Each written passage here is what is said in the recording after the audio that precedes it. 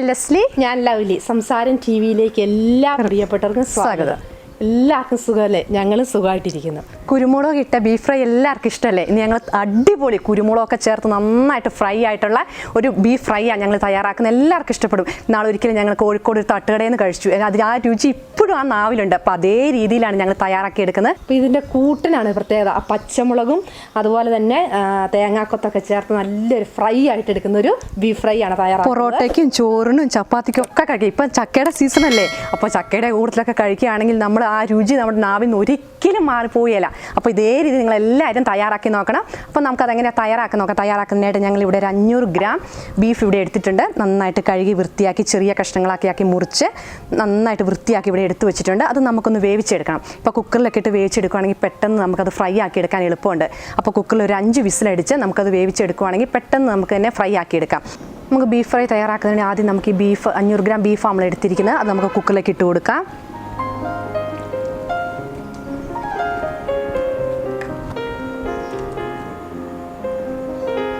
ഒരു table spoon മല്ലിപ്പൊടി, 1/2 teaspoon മുളക് പൊടി, ഒരു 1/4 ടീസ്പൂൺ മഞ്ഞൾപ്പൊടി, ആവശ്യത്തിനുള്ള ഉപ്പ്, 1 ടീസ്പൂൺ വെളിച്ചെണ്ണയൊക്കെ ചേർക്കാൻ നല്ലൊരു ടേസ്റ്റ് കിട്ടും. അതോടൊപ്പം പെട്ടെന്നൊക്കെ ബീഫ് വെന്ത് കിട്ടാൻ വേണ്ടി നമുക്കൊരു ടീസ്പൂൺ വിനാഗിരിയും കൂടെ ചേർത്ത് നന്നായിട്ട് കൈ ഉപയോഗിച്ച് നന്നായിട്ടൊന്ന് മിക്സ് ചെയ്യാം.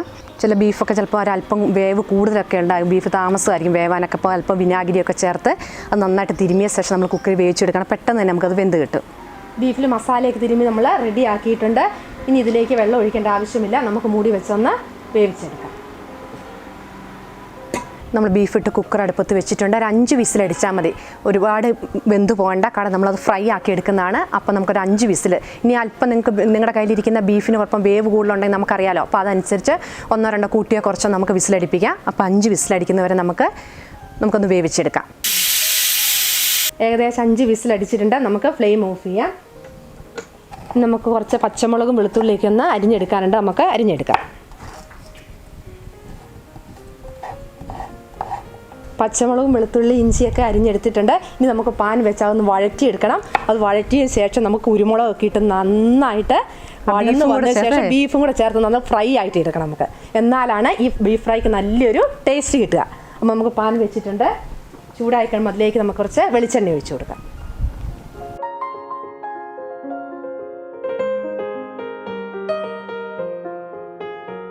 എണ്ണ ചൂടായിട്ടുണ്ട്. നമുക്ക് തേങ്ങാക്കൊത്ത് ഇട്ട് കൊടുക്കാം. ബീഫ് ഫ്രൈ ചെയ്യുമ്പോൾ അതിൽ തേങ്ങാക്കൊത്ത് ഇടുന്ന ഏറ്റവും ടേസ്റ്റ്. നല്ലൊരു ടേസ്റ്റാണ് തേങ്ങാക്കൊത്ത്. ഇടയ്ക്കിടയ്ക്ക് ഒന്ന് കടിക്കുകയും ചെയ്യാം. നല്ലൊരു ടേസ്റ്റാണ് ബീഫിന്. നമുക്ക് തേങ്ങാക്കൊത്ത് ഇട്ട് നമുക്കൊന്ന് ഫ്രൈ ചെയ്തെടുക്കാം.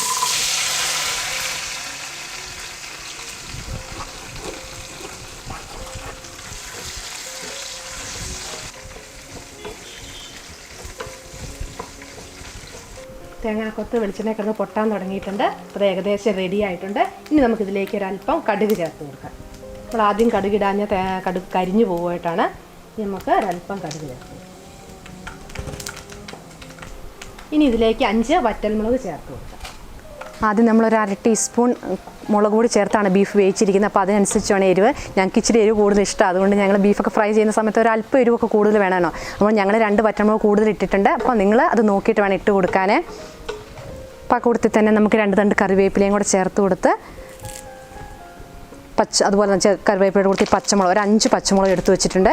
അതുപോലെ ഒരു കുറച്ച് ചെറിയുള്ളിയാണ് ബീഫിന് ഏറ്റവും കൂടുതൽ ടേസ്റ്റ് കിട്ടുക. സവാള ഉണ്ടെങ്കിൽ അത് മതി. എന്നാലും കൂടുതൽ ടേസ്റ്റ് കിട്ടുക നമുക്ക് ചെറിയുള്ളി ചേർത്ത് കഴിയുമ്പോഴാണ്. അപ്പോൾ ഒരു കുറച്ച് ചെറിയുള്ളി നിങ്ങളുടെ ഇഷ്ടത്തിനനുസരിച്ച് ചെറിയുള്ളി ചേർത്ത് കൊടുക്കുക.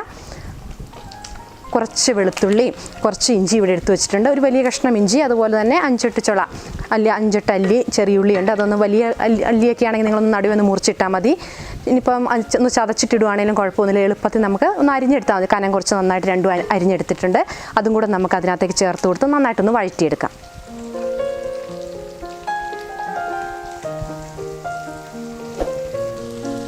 നമ്മൾ ബീഫിൽ ഉപ്പൊക്കെ ഇട്ടാണ് നമ്മൾ വേവിച്ചിരുന്നത്. ഇനി അല്പം ഒരു ഉള്ളിയിലും ആ മുളകിലൊക്കെ ഒരു അല്പം ഉപ്പ് പിടിക്കണമെങ്കിൽ ഒരു അല്പം ഉപ്പും കൂടെ ചേർത്ത് നമുക്ക് ചെറുതായിട്ട് നന്നായിട്ടൊന്ന് ഇളക്കി ഒന്ന് വഴറ്റിയെടുക്കാം. ചെറിയുള്ളിയും പച്ചമുളകും ഇഞ്ചിയും വെളുത്തുള്ളിയും എല്ലാം നന്നായിട്ട് വഴന്നു വന്നിട്ടുണ്ട്. ഇനി നമുക്കതിലേക്ക് ഏറ്റവും കൂടുതൽ നമുക്ക് ടേസ്റ്റി ആയിട്ട് ഈ കുരുമുളക് പൊടിയാണ്. നമ്മുടെ വീട്ടിൽ തന്നെയുള്ള കുരുമുളകാണെങ്കിൽ ഏറ്റവും ടേസ്റ്റാണ്. അപ്പോൾ നമുക്ക് അതും കൂടെ അതിനകത്തേക്ക് ചേർത്ത് കൊടുത്ത് നന്നായിട്ടൊന്ന് ഫ്രൈ ആക്കണം. ഇനി നമ്മുടെ ഇഷ്ടത്തിന് വേണമെങ്കിൽ നമുക്ക് കുരുമുളക് കൂട്ടിയും കുറച്ചൊക്കെ ഇട്ട് കൊടുക്കാം കേട്ടോ. അഥവാ ബീഫും കൂടി ഇട്ട് കൊടുക്കുന്ന സമയത്ത് ഇനി അല്പം കുരുമുളക് പൊടി ഇച്ചിരി എരിവൊക്കെ കുറവുണ്ടെങ്കിൽ അല്പം കുരുമുളക് കൂടി കൂട്ടി ഇട്ട് കൊടുത്താൽ മതി. അപ്പോൾ നമ്മളത് നന്നായിട്ട് ബീഫും കൂടെ ചേർത്ത ശേഷം നന്നായിട്ട് അത് ഇളക്കി നന്നായി ചെറു തീയിലൊക്കെ ഇട്ട്, ഒരുപാട് തീ കൂട്ടിയിടല്ലേ, ചെറിയ തീ മീഡിയം ഫ്ലെയിമിലൊക്കെ ഇട്ട് നന്നായിട്ട് അത് ഇളക്കിക്കൊണ്ട് നന്നായിട്ട് അത് ഫ്രൈ ആക്കി എടുക്കണം. അപ്പോൾ നമുക്ക് ബീഫും കൂടെ അതിനകത്തേക്ക് ചേർത്ത് കൊടുത്ത് നന്നായിട്ടത് ഫ്രൈ ആക്കി എടുക്കാം. ഇനി നമുക്ക് വേവിച്ച് വെച്ച ബീഫ് നമുക്കിതിലേക്ക് ചേർത്ത് കൊടുക്കാം.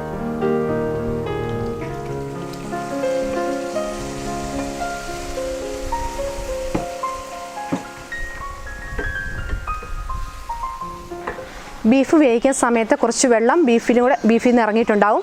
അതും ആ വെള്ളം കൂടെ ചേർത്താണ് നമ്മൾ അത് ഡ്രൈ ആക്കി എടുക്കുന്നത്, ഫ്രൈ ആക്കി എടുക്കുന്നത്. അപ്പോൾ ആ വെള്ളം ഒന്ന് വറ്റാൻ വേണ്ടി ഒന്ന് മയോ സോഫ്റ്റൊക്കെ ആയി വരാൻ നമുക്കൊന്ന് മൂടി വെച്ചൊന്ന് വേവിച്ചെടുക്കാം.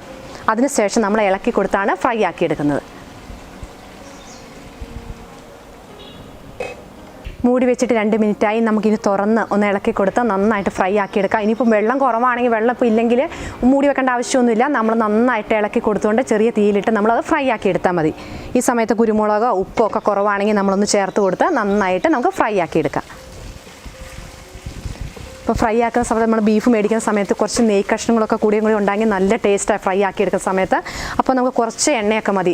നെയ്യും കൂടി ഉണ്ടാകുമ്പോൾ നമുക്ക് നന്നായിട്ട് അത് ഫ്രൈ ആക്കി കിട്ടും. പിന്നെ നെയ്യ് കഷ്ണം കൂടി ഉണ്ടെങ്കിൽ കുറച്ച് കൂടുതൽ ടേസ്റ്റ് കിട്ടും. ഫ്രൈ ആക്കി നന്നായിട്ട് ഉണങ്ങി ആ കുരുമുളകൊക്കെ നന്നായിട്ട് ഉണങ്ങി കിട്ടണം. അപ്പോഴാണ് ആ ബീഫിൻ്റെ ആ നല്ലൊരു ടേസ്റ്റ് നമുക്ക് കിട്ടുക. അപ്പോൾ നന്നായിട്ട് ഇളക്കി കൊടുത്ത് അടിയിലൊന്നും പിടിക്കാതെ സാവകാശം ഇളക്കി നമുക്ക് നന്നായിട്ട് ഫ്രൈ ആക്കി എടുക്കാം. ബീഫ് ഫ്രൈ റെഡി ആയിട്ടുണ്ട്. നല്ല അടിപൊളിയായിട്ടുണ്ട്. നല്ല കറുത്ത് നല്ല സൂപ്പറായിട്ടുണ്ട് കേട്ടോ. നമുക്കിനി ഇതൊരു കുറച്ച് കരിവേപ്പിലയൊക്കെ ഒന്ന് ഇട്ടിട്ട് നമുക്കത് സെർവ് ബൗളിലേക്ക് മാറ്റാം. ഈ മല്ലിയില ഇഷ്ടമുള്ള, മല്ലിയിലയുടെ ടേസ്റ്റ് ഇഷ്ടമുള്ളവർക്ക് 2 തണ്ട് മല്ലിയിലയൊക്കെ ഇടാം. അപ്പം ഞങ്ങൾ കറിവേപ്പില മാത്രമേ ചേർക്കുന്നുള്ളൂ. നമുക്കൊരു സെർവിംഗ് ബൗളിലേക്ക് മാറ്റാം.